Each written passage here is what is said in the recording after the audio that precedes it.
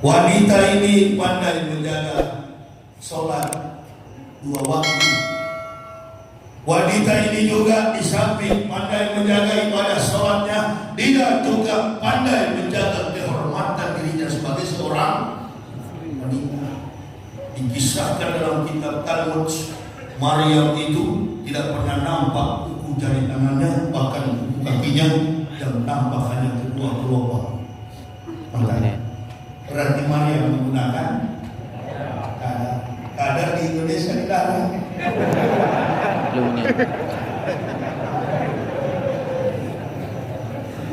Saya kan sudah bilang beda kita Pak Bu. Makanya saya nggak mau mualaf orang yang dibujuk hatinya. Saya istri dan 3 orang anak masuk Islam, nggak ada yang bujuk. Mayah illahu fahuwal muhtadin wa mayudlil faulaika humul khasirun. Barang siapa kata Allah yang kami beri petunjuk, maka mereka adalah muhtadin. Orang yang mendapat petunjuk disebut muhtadin. Orang yang keluar dari Islam disebut murtadin. Bukan yang masuk Islam mualaf, bukan. Mualaf itu di Al-Baqarah. Innal ladzina kafaru sawa'un 'alaihim a'anzartahum am lam tunzirhum la yu'minun. Sekalipun engkau meyakinkan wahai Muhammad, orang-orang kafir tidak akan beriman kepada Allah. Tapi di Quran surah An-Nur lain lagi, laqad anzalna ayatin mubayyinatin wallahu yahdi may yasha'u ila siratin mustaqim. Itulah kami. Laqad anzalna ayatin mubayyinatin. Mendapatkan Islam dengan referensi keilmuan yang jelas terkait dengan dasar keislaman, pondasi tauhid. Dari mana pondasinya? La ilaha illallah. Mengapa mengucapkan la ilaha illallah? Amantu billahi wa bima qala Allah Ta'ala, amantu bi rasuli wa bima qala Rasulullah Muhammad sallallahu alaihi wasallam. Mantap pondasinya. Tidak hanya la ilaha illallah waktu mau kawin, Muhammad Rasulullah. La ilaha illallah karena tetangganya Islam, mau masuk Islam. Enggak begitu. Islam tidak membutuhkan kuantitas, Islam membutuhkan kualitas. Makanya kalau ada orang Eropa masuk Islam, jarang orang-orang bodoh. Para saintis, kaum jenius, orang-orang terpelajar, kompetensi, kemampuan intelektual mereka di atas rata-rata. Orang yang murtad dari Islam hanya 2 persoalan. Kalau nggak Indomie 1 bungkus, merasa duitnya. Amin ya Rabbal. Mulia agama ini. Jerman 1 distrik masuk Islam. Amerika di Masjid Indonesia Muslim Community Al-Hikmah Moskow in New York. Setiap hari ada saja orang masuk Islam di masjid itu. Imam besarnya Samsi Ali, orang Makassar, kecil badannya, bermodalkan Al-Quran. Tapi satu-satunya laki-laki di bumi ini yang mampu menumbangkan arogansi Donald Bebek. Presiden Presiden Amerika digoyang sama Samsi Ali. Sombongnya Donald Trump, keangkuhannya Donald Trump dikalahkan laki-laki kecil dari Sulawesi, suku Kajang, orang Makassar, Samsi Ali, orang Indo. Apa yang dia kalahkan? Bukan argumentasi politik, bukan argumentasi sains, bukan argumentasi sosio dalam kultur masyarakat Amerika sebagai negara paman Sam yang mampu meruntuhkan arogansi Donald Bebek bermodalkan Al-Quran. Wa innaka lahudan wa rahmatul lil mu'minin. Ente ini seketahuan tidak hafal Al-Quran. Kalau bilang lil alamin, makanya umroh ditipu.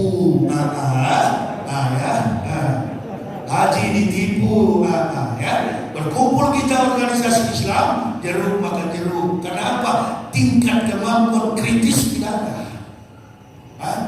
Yahya Waloni ini keliling Indonesia, hanya satu kerinduan saya, cinta kepada umat Nabi Sallallahu Alaihi Wasallam.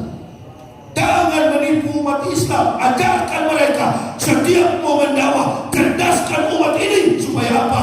Mereka terlindungi dari kezaliman umat manusia, kafir dan munafik. Ini pemerintah mesti tahu, yang anti Pancasila, yang anti Bhinneka Tunggal Ika, yang anti NKRI bukan Ustaz, bukan Yahya Waloni, bukan UAS, bukan Tengku Jul, bukan Gus Dur, bukan Abi Haikal, bukan Zulkifli Ali, bukan. Kami orang-orang terpelajar yang anti kepada 4 pilar kebangsaan itu, termasuk Pancasila dari sejarahnya PKI. Dan yang anti Islam bukan kita, yang anti Islam adalah kafir. Sekarang bukan kafir lagi, kafir yang sorong, munafik yang anti Islam. Ada 3 golongan sekarang ini, mus, kaf, mun. Ini dia jadi. Apa sih? Apa dia saja? Bayangkan, bukan kali-kali ini. Ini baru anak Aceh. Lepas sih, kalau ada barang ini memang panjang diceritain. Dulu waktu saya baru masuk Islam, 2 golongan, kaf dan mus. Bertambah lagi 1 sekarang, mun. Kaf, mus, mun. Itu kafir, muslim, munafik. Mana yang paling bahaya? Yang paling bahaya yang paling ujung, munafik. Ini yang banyak sekarang lagi musim. Aceh musim apa sekarang ini? Dunia ya. Indonesia muslim munafik. Sudah. Karena tidak paham sejarah. Wanita ini kerjaannya hanya menyulam kain. Setiap hari cuma menyulam kain. Hari berganti hari, siang berganti malam. Begitu dia sadar, ternyata tubuhnya dalam keadaan hamil. Kaget Maryam, loh, tiap hari ini badan tambah besar perut.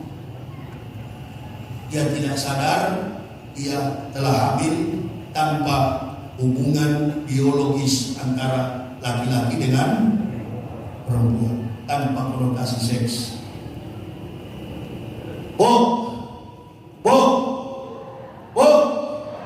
Maryam hamil tanpa konotasi seks.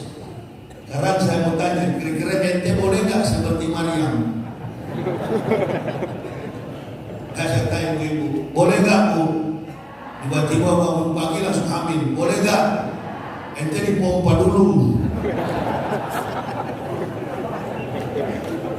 Bagi Allah tak ada yang mustahil.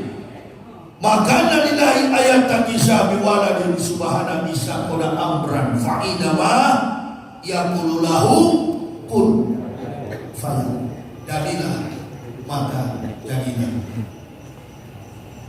Karena tidak di kampung kecil, di kampung masyarakat desas-desus isu, gosip, makin gosok, makin sip.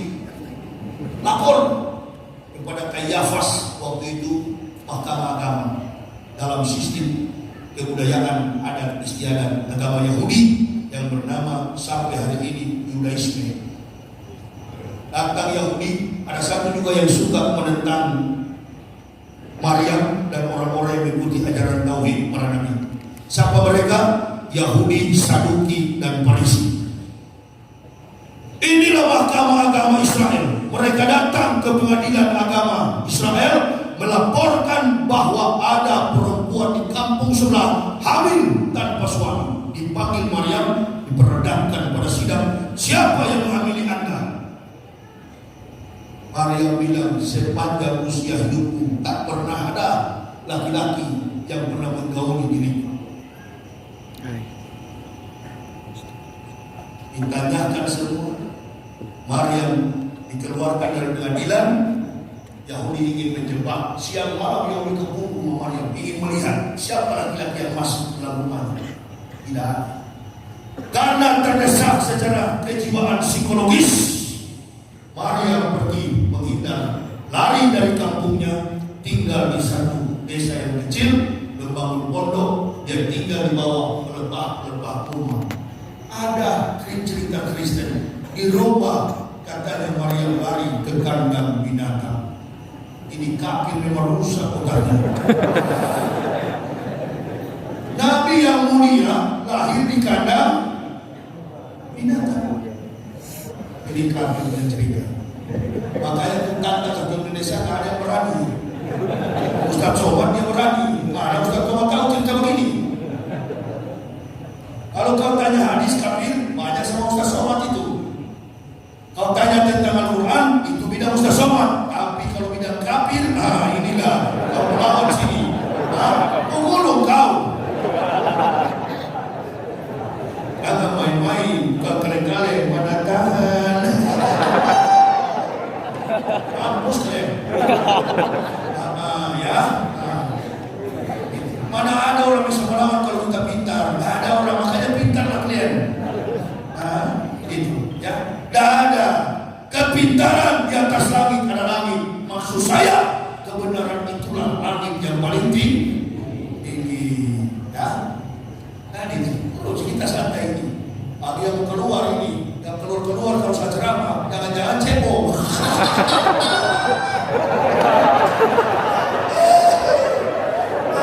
Makanya sebelum ke masjid pipis dulu kau. Ya. Orang tua-tua pasang dari samping di belakang-belakang, yang muda-muda di sini. Itu sebelum aku bilang, kalau aku ceramah jangan coba-coba jalan kotak amal, jangan berdiri. Ya. Antara dua, kalau kemarin kan ada kampret, ada cebong. Begitu saya ceramah, kalau cebong pasti kabur.